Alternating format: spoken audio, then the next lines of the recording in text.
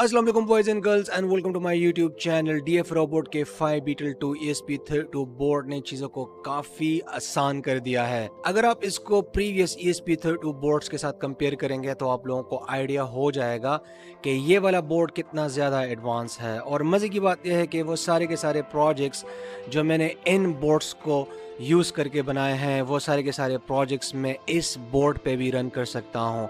बस आप लोगों ने सिर्फ पिन्स का ध्यान रखना है, क्योंकि इस न्यू बोर्ड पे पिन लेआउट थोड़ा सा डिफरेंट है, लेकिन डीएफ रोबोट ने इन पिन्स की काफ़ी प्रॉपर वे में जो है लेबलिंग की हुई है, तो इनको यूज़ करने में कोई डिफ़िकल्टी नहीं होगी। तो मैं डियर फ्रेंड्स, चूँकि ये एक गेटिंग स्टार्टेड वीडियो है तो मैं कोशिश करूँगा कि मैं ज़्यादा से ज़्यादा चीज़ों को काफ़ी सिंपल वे में एक्सप्लेन करूँ। तो मैं कुछ एग्जांपल्स को एक्सप्लेन करूँगा, जिससे पहले मैं स्टार्ट लूँगा ऑन बोर्ड LED से, हम उसको ब्लिंक करेंगे। उसके बाद फिर सेकेंड प्रोजेक्ट में हम एक 2-वे कम्युनिकेशन सिस्टम बनाएंगे। हम LED को कंट्रोल करेंगे और साथ में एक पोटेंशियोमीटर को भी मॉनिटर करेंगे using the new blink V2.0। Third example में हम लाइव वीडियो स्ट्रीमिंग को एक्सप्लोर करेंगे और फोर्थ एग्जांपल में हम TFT LCD को 5/2 बोर्ड के साथ यूज़ करेंगे। और फिर फाइनल एग्जांपल में हम एक इंटरमीडिएट लेवल का टेम्परेचर मॉनिटरिंग सिस्टम बनाएंगे using the MLX9614 non contact infrared temperature sensor. So guys, हमने ढेर सारी चीज़ों को कवर करना है, so without any further delay let's get started. So my dear friends, ESP32 5/2 is based on the ESP32S3 WRoom1 generic Wi-Fi plus Bluetooth module. ये एक low energy controller module है and it is built around the ESP32S3 series of SoCs. आप ESP32 5/2 से वो सारे के सारे काम कर सकते हैं जो आप इसके प्रीवियस वर्जन्स को यूज़ करके नहीं कर सकते थे। इस बोर्ड पे आपको मिलता है टाइप C USB पोर्ट, इस पे ऑन बोर्ड LED भी है। Just like the Arduino it's connected to the digital pin 13। अगर आप इस बटन को लॉन्ग प्रेस करेंगे फॉर एग्जांपल 6 सेकंड्स के लिए, तो ये मॉड्यूल जो है पावर ऑफ हो जाएगा, और अगर आप इसको 2 सेकंड्स के लिए प्रेस करेंगे तो ये ऑन हो जाएगा। इस बोर्ड पे आपको रीसेट बटन भी मिलता है, यह है बूट बटन। इस बोर्ड पे आपको AXP313A पावर मैनेजमेंट चिप भी मिलता है, और इसके साथ साथ ETS6003 lithium ion battery charging management chip भी मिलता है। यह है लिथियम आयन बैटरी पोर्ट, यह है चार्जिंग इंडिकेटर LED। और अगर ये LED ऑफ है तो इसका मतलब यह है कि पावर सप्लाई जो है वो कनेक्टेड नहीं है, या फिर बैटरी जो है फुली चार्ज्ड है। और अगर ये LED ऑन है तो इसका मतलब यह है कि बैटरी जो है चार्जिंग मोड में है।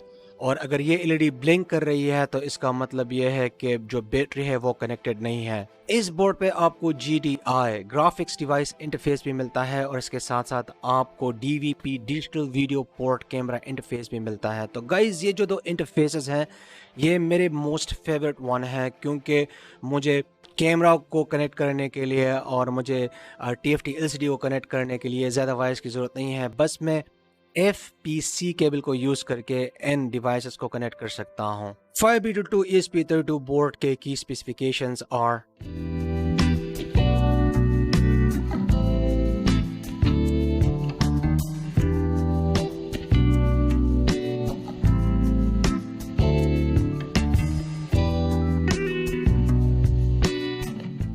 और माय डियर फ्रेंड्स, अब ये पिन डायग्राम फॉलो कर सकते हैं, और मुझे नहीं लगता कि मुझे इसको एक्सप्लेन करना चाहिए, क्योंकि सारे पिन्स जो हैं प्रॉपरली लेबल्ड हैं। और लेकिन स्टिल अगर आप इसके बारे में मज़ीद स्टडी करना चाहते हैं, जाना चाहते हैं, तो फिर आप मेरे आर्टिकल को रीड कर सकते हैं जो कि electroniclinic.com पे अवेलेबल है। सो माय डियर फ्रेंड्स, थोड़ी सी चीज़ों को मैंने बता दिया है और आप लोगों को ऑलरेडी आइडिया हो गया होगा कि ये कितना पावरफुल बोर्ड है। तो मैं रिकमेंड करूँगा कि अगर अभी तक आप लोगों ने ESP32 बोर्ड को परचेज नहीं किया है तो गाइस आप DF रोबोट का 5/2 बोर्ड लाजमी परचेज करें, क्योंकि इसके कुछ एडवांटेजेस हैं। एक तो ये है कि आप इसको कैमरा प्रोजेक्ट्स में भी यूज़ कर सकते हैं, जिस तरह से आप इससे फेस डिटेक्शन कर सकते हैं, आप इमेज रिकग्निशन आप कर सकते हैं। इसके अलावा आप इसको वॉइस रिकग्निशन प्रोजेक्ट्स में भी यूज़ कर सकते हैं, और इससे जो है आप वो नॉर्मल किस्म के IoT बेस्ड सेंसर मॉनिटरिंग और डिवाइसेस को अगर आप लोगों ने कंट्रोल करना है तो वो कंट्रोल सिस्टम भी आप बना सकते हैं। आप इससे होम ऑटोमेशन के प्रोजेक्ट्स बना सकते हैं। तो अभी हम चलते हैं अपने फर्स्ट एग्जांपल की तरफ, and we are going to control the on board LED that is connected to the digital pin D13। बिल्कुल आर्डुइनो की तरह, आर्डुइनो में भी ऑन बोर्ड जो LED है वो पिन नंबर 13 के साथ कनेक्टेड है। और 5Beetle2 बोर्ड पे भी जो ऑन बोर्ड एलईडी है ये पिन नंबर 13 के साथ कनेक्टेड है। एनीवे एलईडी को कंट्रोल करने से पहले हमें 5Beetle2 ESP32 बोर्ड को Arduino IDE में ऐड करना होगा, क्योंकि बाय डिफ़ॉल्ट कोई भी ESP32 या ESP8266 बोर्ड जो है वो Arduino IDE में ऐड नहीं होता। और हम इसको कंफर्म कर सकते हैं by going to the tools menu then to board. और जैसे कि आप देख सकते हैं यहाँ पे कोई भी ESP32 बोर्ड जो है वो अवेलेबल नहीं है। तो पहले हमें इसे ऐड करना होगा, और ऐड करने का तरीका बहुत ही सिंपल है। बस आप लोगों ने सबसे पहले मेरे वेबसाइट पे जाना है और ये वाला आर्टिकल आप लोगों ने ओपन करना है, ESP32 Arduino IDE board manager installation. तो यहाँ पे आके आप लोगों ने स्क्रॉल डाउन करना है, और जैसे कि आप देख सकते हैं यहाँ पे लिंक है, तो आप लोगों ने सिंपली इसको जो है कॉपी करना है, और फिर आप लोगों ने वापस Arduino IDE में आना है, और यहाँ पे आप लोगों ने जाना है फाइल के मेन्यू में और फिर प्रेफरेंसेस में,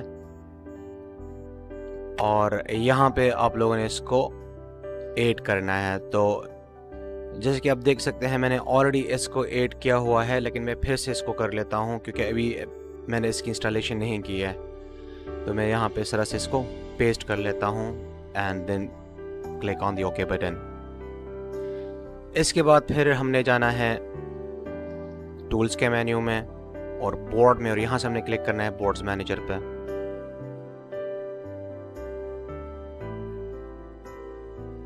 अब हम यहाँ पे टाइप करेंगे ESP32। तो जैसे कि आप देख सकते हैं यहाँ पे Arduino ESP32 बोर्ड्स भी है और बाय एक्सप्रेसिव सिस्टम्स भी है। तो हमने एक्सप्रेसिव सिस्टम्स वाला ही इंस्टॉल करना है। तो मेक श्योर कि यहाँ पे लेटेस्ट वर्जन जो है वो सिलेक्टेड हो, and then you have to click on the install button.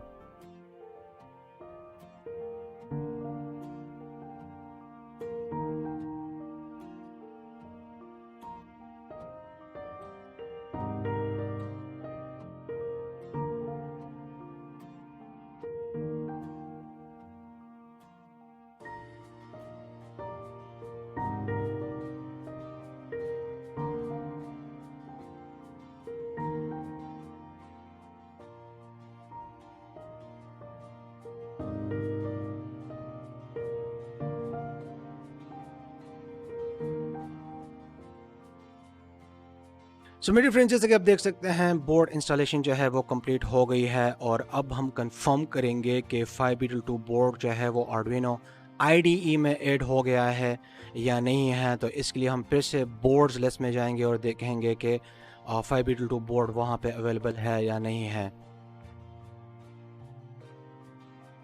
So मेरे फ्रेंड्स, जो मुश्किल काम था वो हो गया है, और अब हम चलते हैं अपने LED ब्लिंकिंग प्रोग्राम की तरफ। तो जैसा कि आप देख सकते हैं मैं यूज़ कर रहा हूँ डिजिटल पिन 13, मतलब जो ऑन बोर्ड LED है वो पिन नंबर 13 के साथ कनेक्टेड है, और ये बिल्कुल सेम वही प्रोग्राम है जो हम यूज़ करते हैं Arduino के ऑन बोर्ड LED को कंट्रोल करने के लिए। आप देख सकते हैं इस प्रोग्राम का सिर्फ एक ही पर्पज़ है कि LED को ऑन करना है और फिर इसको ऑफ करना है। तो 1 सेकंड के लिए LED जो है वो ऑन रहेगी, और फिर नेक्स्ट जो 1 सेकंड के लिए LED जो है वो ऑफ रहेगी। तो मैंने इसका नाम रखा है ऑन बोर्ड LED। एनीवे, काफ़ी सिंपल सा प्रोग्राम है। तो इसको अपलोड करने के लिए पहले आप लोगों ने जाना है टूल्स के मेन्यू में, और आप लोगों ने DF robot 5Beetle2 ESP32 S3 board को सेलेक्ट करना है।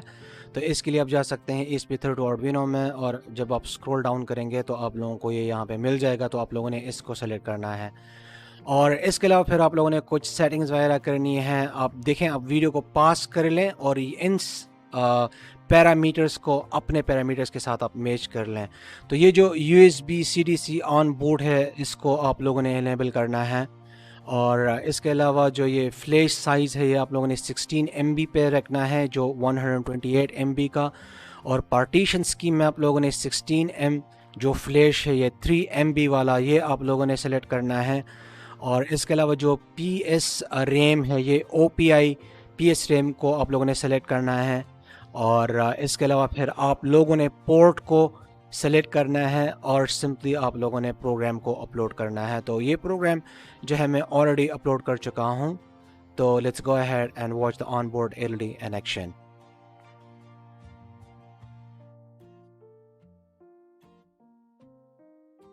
Now in this next example, we are going to control this LED and monitor this potentiometer using the new Blink V2.0. तो connections के लिए आप ये circuit diagram follow कर सकते हैं। Blink Whip डैशबोर्ड पे काम स्टार्ट करने से पहले आप लोगों ने Arduino IDE में Blink लाइब्रेरी को इंस्टॉल करना है, so let's do it। जब Arduino IDE ओपन हो तो आप लोगों ने जाना है स्केच के मेन्यू में और यहाँ से इंक्लूड लाइब्रेरी में, और आप लोगों ने क्लिक करना है मैनेज लाइब्रेरीज पे।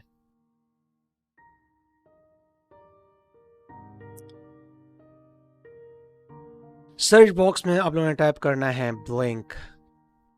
तो आप लोगों ने ये वाली लाइब्रेरी इंस्टॉल करनी है बाय दिस गाय, और इसका नाम यार काफ़ी मुश्किल है। तो एनीवे आप लोगों ने ये लाइब्रेरी इंस्टॉल करनी है, और इसको इंस्टॉल करते टाइम मेक श्योर कि आप लेटेस्ट वर्जन को जो है सेलेक्ट करें। तो मेरे पास ये ऑलरेडी इंस्टॉल है, लेकिन आप देख सकते हैं यहाँ पे मेरे पास जो है अपडेट का भी आ रहा है, तो मैं इसको अपडेट कर लूँगा। तो कोशिश करें कि आप इसका अपडेटेड वर्जन ही आप इंस्टॉल करें। तो जैसा कि आप देख सकते हैं लाइब्रेरी जो है अपडेटेड भी है और इंस्टॉल भी हो चुकी है। तो अब हम चलते हैं और ब्लिंक वेब डैशबोर्ड पे काम को स्टार्ट करते हैं।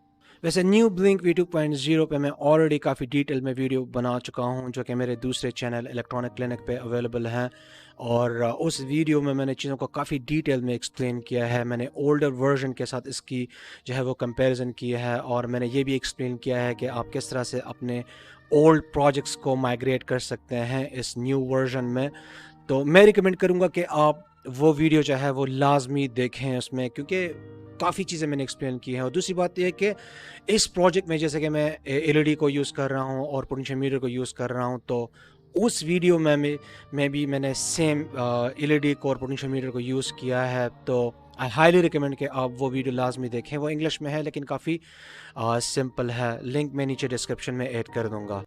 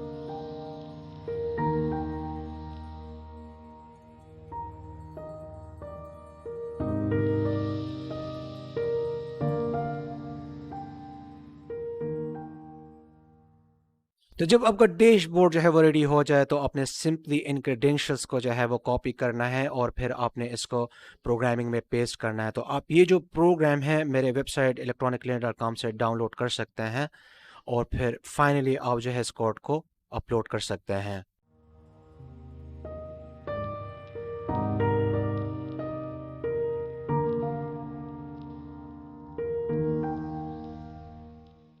So जैसे कि आप देख सकते हैं program has been successfully uploaded. Next आप लोगों ने अपने ESP32 5-बीटल बोर्ड को रिस्टार्ट करना है, and you guys need to make sure कि आपका जो 5-बीटल बोर्ड है और जो लैपटॉप है ये वाईफाई के साथ कनेक्टेड है। तो आप लोगों ने वापस अपने ब्लिंक वेब डैशबोर्ड पे जाना है और वहाँ पे चेक करना है कि जो प्रोग्राम हमने अपलोड किया है ये काम कर रहा है या नहीं। तो जैसे कि आप देख सकते हैं जब मैं पोटेंशियोमीटर के नॉब को रोटेट करता हूं तो वैल्यू जो है गेज पे अपडेट होती है। तो मेरे साथ यहाँ पे जो प्रोजेक्ट है ये काम कर रहा है, और होपफुली अगर आप लोगों ने सही तरीके से सेटिंग की है और आपने स्टेप बाय स्टेप मेरी वीडियो को फॉलो किया है तो आपके साइट पे भी ये काम करेगा। तो एनीवे मेरे साइट पे ये काम कर रहा है, और नेक्स्ट अब हम ब्लिंक IoT ऐप की सेटिंग करेंगे अपने सेल फोन पे। सो माय डियर फ्रेंड्स, जैसा कि मैंने एक्सप्लेन कर दिया है न्यू ब्लिंक V2.0 पे मैं ऑलरेडी काफ़ी डिटेल में वीडियो बना चुका हूं। तो ब्लिंक वेब डैशबोर्ड के साथ साथ उस वीडियो में मैंने ब्लिंक IoT ऐप को किस तरह से सेटअप करना है वो भी एक्सप्लेन किया है। बहुत ही सिंपल है। जो प्रोजेक्ट हमने ऑलरेडी क्रिएट किया है ब्लिंक वेब डैशबोर्ड में, हमने उसी को बस ब्लिंक IoT ऐप में लाना है अपने सेल फ़ोन पे, जो कि बहुत ही सिंपल है। बस आप ये स्टेप्स फॉलो करें जो मैं अभी एक्सप्लेन करने वाला हूं। तो इसके लिए आई डोंट थिंक सो कि किसी एक्सप्लेनेशन की ज़रूरत है, सिंपली आप लोगों ने इन स्टेप्स को फॉलो करना है।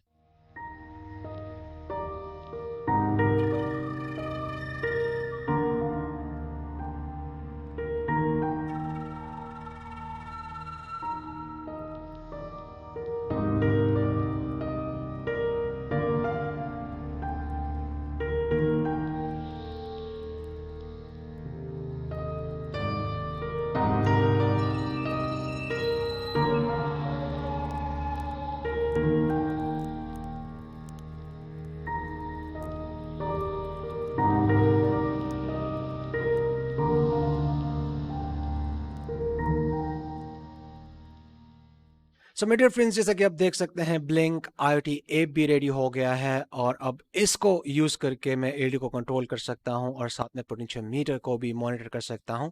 So let's go ahead and do it. वैसे आप लोग सोच रहे होंगे यार कि जस्ट एलईडी को कंट्रोल किया हुआ है, इसका क्या फ़ायदा होगा। तो मैं आपको बताता चलूं कि अगर आप एलईडी को कंट्रोल कर सकते हैं तो आप कोई भी चीज़ कंट्रोल कर सकते हैं। बस आपने एलईडी को हटाना है और उसकी जगह पे आप जो है रिले मॉड्यूल आप कनेक्ट कर लें। आप अपना रिले मॉड्यूल भी बना सकते हैं और आप रेडीमेड रिले मॉड्यूल भी परचेज कर सकते हैं। तो आप उसको कंट्रोल करके उसकी मदद से फिर आप हाई एम्स और हाई वोल्टेज के एसी और डीसी लोड्स को कंट्रोल कर सकते हैं। और सेम चीज़ जो है पोटेंशियोमीटर पे भी अप्लाई होती है। अगर आप कोई और सेंसर मॉनिटर करना चाहते हैं तो आप सिंपली पोटेंशियोमीटर को हटा दें, कोई और एनालॉग सेंसर जो है आप A0 पिन के साथ कनेक्ट कर लें। बस आप लोगों ने फिर वो डिजायर्ड फार्मूला वगैरह यूज करना है and then you will be able to monitor the analogue sensor. Next अब हम चलते हैं और कैमरा को 5Beetle2 ESP32 बोर्ड के साथ यूज करते हैं। 5Beetle2 बोर्ड का गेम इंटरफेस जो है ये कंपैटिबल है with two cameras OV2640 and OV7725। This is the pin list for using the DVP camera interface. यह है OV2640 कैमरा मॉडल जो मैं अभी 5Beetle2 बोर्ड के साथ यूज़ करने वाला हूं। तो जैसे कि आप देख सकते हैं FPC फ्लेक्सिबल प्रिंटेड केबल के बैक साइड पे जो पिन नंबरिंग है ये स्टार्ट हो रही है राइट साइड से, और जो 5Beetle बोर्ड है इस पे आप देख सकते हैं ये white dot next to the camera port which indicates that this is the pin number 1. So while connecting the camera, make sure pin number 1 on the FPC is towards the dot side. जैसे कि आप देख सकते हैं मैंने camera को connect कर लिया है और अब हम रिक्वायर्ड लाइब्रेरी को Arduino IDE में इंस्टॉल करेंगे। while your Arduino IDE is open, आप लोगों ने स्केच के मेन्यू में जाना है, फिर वहां से इंक्लूड लाइब्रेरी में and click on the aid.zip library. Browse to the location and select this library. You can download this library from the article available on electroniclinic.com. तो जैसे कि आप देख सकते हैं ये लाइब्रेरी मैं ऑलरेडी ऐड कर चुका हूँ। गाइस, ये है वो प्रोग्राम जो आप लोगों को लाइव वीडियो स्ट्रीमिंग के लिए चाहिए होगा, तो आप इसे मेरे वेबसाइट से डाउनलोड कर सकते हैं। मैंने लिंक ऑलरेडी नीचे डिस्क्रिप्शन में ऐड कर लिया है। एनीवे, जब आप इस कोड को ओपन कर लें अपने Arduino IDE में तो आप लोग नीचे जाएं और इन वाईफाई क्रेडेंशियल्स को चेंज कर लें। कोड को अपलोड करने से पहले मेक श्योर कि आप लोगों ने 5Beetle2 बोर्ड का करेक्ट वर्जन जो है वो सेलेक्ट किया है, जो कि है DF Robot 5Beetle2 ESP32-S3। इसके अलावा आप लोगों ने ये भी मेक श्योर करना है कि जो आपके साइट पे जो पैरामीटर्स हैं ये एग्जैक्टली मैच होने चाहिए विद माय पैरामीटर्स जो मैंने ऑलरेडी एलईडी ब्लिंकिंग के एग्जांपल में एक्सप्लेन कर लिए हैं। Finally select the communication port and then you can click on the upload button. Code को अपलोड करने के बाद आप लोगों ने ESP32 5Beetle बोर्ड को अनप्लग करना है और फिर इसको प्लग इट अगेन। फिर आप लोगों ने सीरियल मॉनिटर को ओपन करना है। Copy this URL link and paste it into the web browser. तो आप लोगों को ये सेटिंग्स जो है वो नज़र आ जाएंगी। स्क्रॉल डाउन और आप लोगों ने स्टार्ट स्ट्रीम बटन पे क्लिक करना है।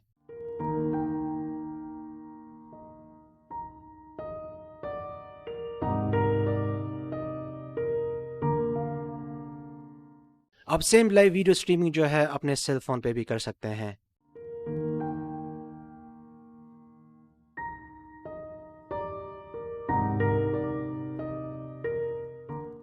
नेक्स्ट हम यूज़ करने वाले हैं इस 320 by 240 IPS TFT LCD display module को 5 ESP32-S3 मॉड्यूल के साथ। ये जो डिस्प्ले मॉड्यूल है ये सपोर्ट करता है SPI 4Y कम्युनिकेशन मोड और इसके साथ साथ ये GDI पोर्ट भी है इस पे। It accepts a wide range of input voltages from 3.3 volt to 5 volt जो इसको compatible करता है with multiple main controller boards like Arduino। अगर आपने वायरिंग को कम करना है और ज़्यादा वायरिंग से अपनी जान को छुड़ानी है तो आप लोगों ने GDI इंटरफेस को यूज़ करना है, लेकिन आप ये उन कंट्रोलर बोर्ड्स के साथ यूज़ कर सकते हैं जिस पे GDI पोर्ट अवेलेबल है। जिस तरह से 5B2 बोर्ड पे ऑलरेडी GDI पोर्ट है, लेकिन अगर आप जो ट्रेडिशनल जो Arduino के बोर्ड्स हैं वो देखें तो वहाँ पे आपके पास GDI पोर्ट नहीं है, तो वहाँ पे आप ये मेल हीटर्स जो हैं वो आप यूज़ कर सकते हैं।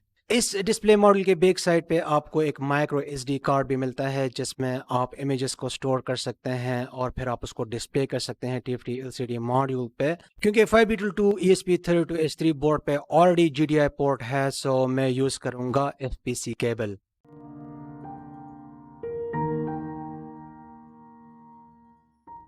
एनीवे जैसे कि आप देख सकते हैं LCD जो है मैंने कनेक्ट कर ली है और नेक्स्ट अब हम Arduino IDE में रिक्वायर्ड लाइब्रेरी को इंस्टॉल करेंगे। सो while your Arduino IDE is open, आप लोगों ने स्केच के मेन्यू में जाना है, वहां से इंक्लूड लाइब्रेरी में और फिर आप लोगों ने क्लिक करना है a.zip लाइब्रेरी पे। आप लोगों ने डिजायर्ड लाइब्रेरी को सेलेक्ट करना है जो कि आप मेरी वेबसाइट से डाउनलोड कर सकते हैं and then finally click on the open button. तो जैसे कि आप देख सकते हैं मैंने ऑलरेडी इस लाइब्रेरी को Arduino IDE में ऐड किया हुआ है। सो माय डियर फ्रेंड्स, आप ये प्रोग्राम यूज़ करके अपने TFT LCD को चेक कर सकते हैं कि आपकी LCD जो है वो काम कर रही है या नहीं कर रही है। तो फिर से मैं आप लोगों को बताता चलूँ कि प्रोग्राम को अपलोड करने से पहले फर्स्ट ऑफ ऑल आप लोगों ने DF robot 5B2 ESP32-S3 board को सेलेक्ट करना है और सारे के सारे पैरामीटर्स को जो है आप लोगों ने मैच करने हैं मेरे पैरामीटर्स के साथ जो मैंने ऑलरेडी एक्सप्लेन किए हुए हैं, और फाइनली फिर आप कम्युनिकेशन पोर्ट को सेलेक्ट करके प्रोग्राम को अपलोड कर सकते हैं।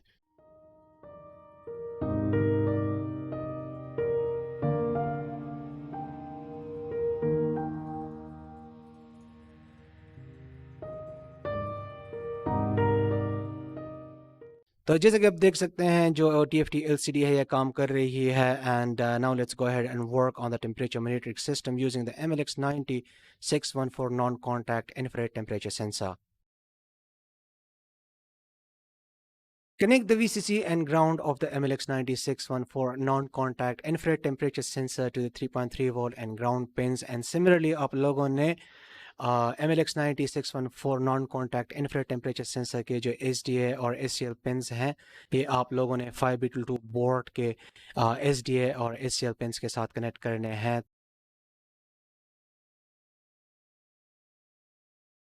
You will also need to install the DF Robot MLX90-614 library. तो इसके लिए आप लोगों ने स्केच के मेन्यू में जाना है, फिर इंक्लूड लाइब्रेरी में and click on the manage libraries.